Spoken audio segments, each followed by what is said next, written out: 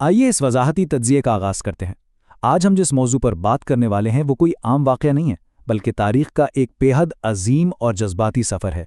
हज़रत यूसुफ़ अलैहिस्सलाम का वाक़या ये सिर्फ माजी का कोई किस्सा नहीं, बल्कि इंसानी जज्बात, सब्र और कमाल हिकमत का एक ऐसा शाहकार है जिसके असबाक आज भी हमारी ज़िंदगियों में बिल्कुल फिट बैठते हैं।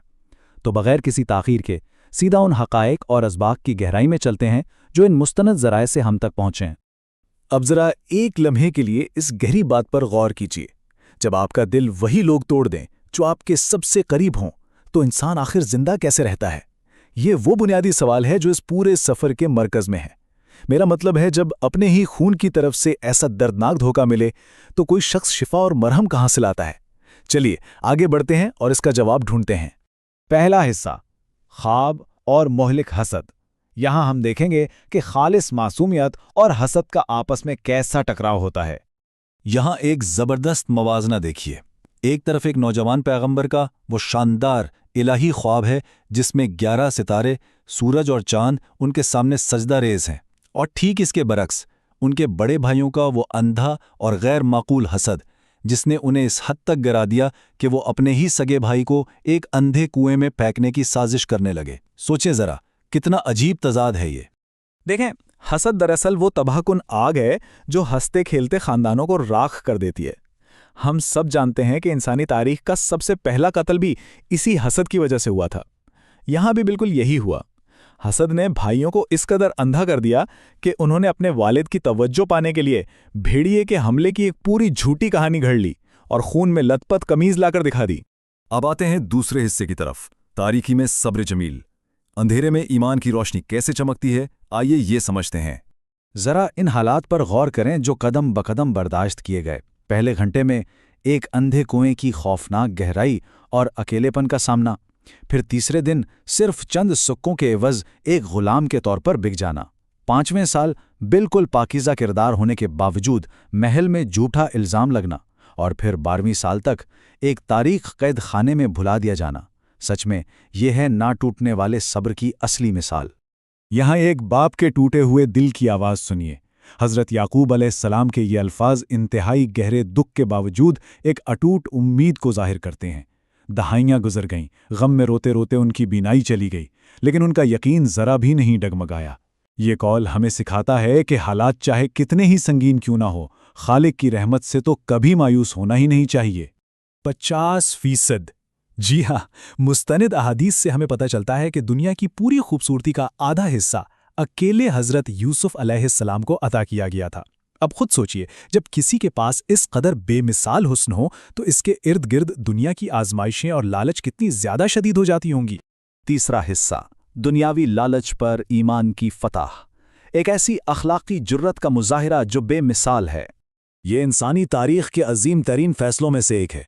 जब ताकत, महल और दुनिया की सारी ऐशो इशरत बिल्कुल सामने थी, तो उन्होंने खालिक की नाफरमानी के बजाय कैद खाने की बेड़ियों को गले लगाना पसंद किया।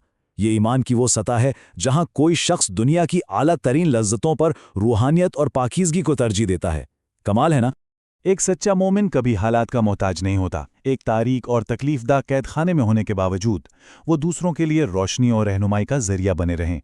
उन्होंने अपने साथियों के ख्वाबों की ताबीर बताई और बड़ी फराखत दिली और हिकमत के साथ उन्हें एक खुदा की इबादत की दावत दी।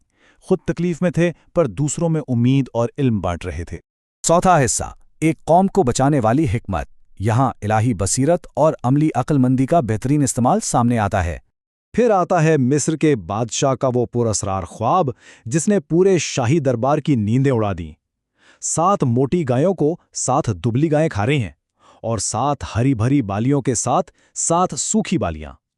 बादशाह के सारे माहिरीन और मशीर इसका मतलब समझने में पूरी तरह नाकाम रहे, और तब उस फरामोश किए गए कैदी की याद आई जिसके पास आने वाली इस भयानक मुसीबत का हल और पूरी कौम की बका की चाबी थी। देखें, ये सिर्फ एक ख्वाब की ताबीर नहीं थी, ये मुकम्मल 14 साल का बका का मंसूबा था। कदीम दौर में कहत पूरी की पूरी तहजीबों का नामो निशान मिटा देते थे, लेकिन यहाँ क्या हुआ? एक शानदार हिकमत अमली। पहले 7 साल खूब फसल उगाना और ज़ख़ीरा करना, अनाज को कीड़ों से बचाने के लिए उसे बालियों के अंदर ही रखना, और फिर आने वाले 7 साल के सख्त कहत में उसे निहायत इंसाफ के साथ तकसीम करना। یہ بتاتا ہے کہ گہرے ایمان کے ساتھ ساتھ عملی اقدام اور تیز دماغ کا استعمال کتنا ضروری ہے۔ اس اہم موڑ پر ہمیں اپنی ذات کو پہچاننے کا بہت بڑا سبق ملتا ہے۔ جب معاشرہ خطرے میں ہو تو اپنی صلاحیتوں کو جاننا اور پوری دیانتداری کے ساتھ آگے بڑھ کر رہنمائی کرنا بہت ضروری ہے۔ انہوں نے خود اپنی دیانتداری اور علم کا حوالہ دیا تاکہ اس بحران کے وقت ایک بہترین اور شفاف نظام چلایا جا سکے۔ اس معاشی بحران کے بہترین انتظامی ڈھانچے کو ذرا غور سے دیکھیے۔ قحط کے سالوں میں جب لوگوں کی رقم ختم ہو گئی تو انہوں نے اپنے مویشیوں کا تبادلہ کیا، اور جب وہ بھی ختم ہو گئے تو زمین اور خدمات کے بدلے اناج دیا گیا۔ لیکن یہاں سب سے اہم پوائنٹ یہ ہے کہ انصاف کو ہر حال میں قائم رکھا گیا، لوگوں کو ان کا حصہ واپس بھی کیا گیا، یعنی ایک ایسا منظم نظام بنایا گیا جہاں لوگ پوری طرح مجبور ہونے کے باوجود کسی ظلم یا استحصال کا شکار نہیں ہوئے۔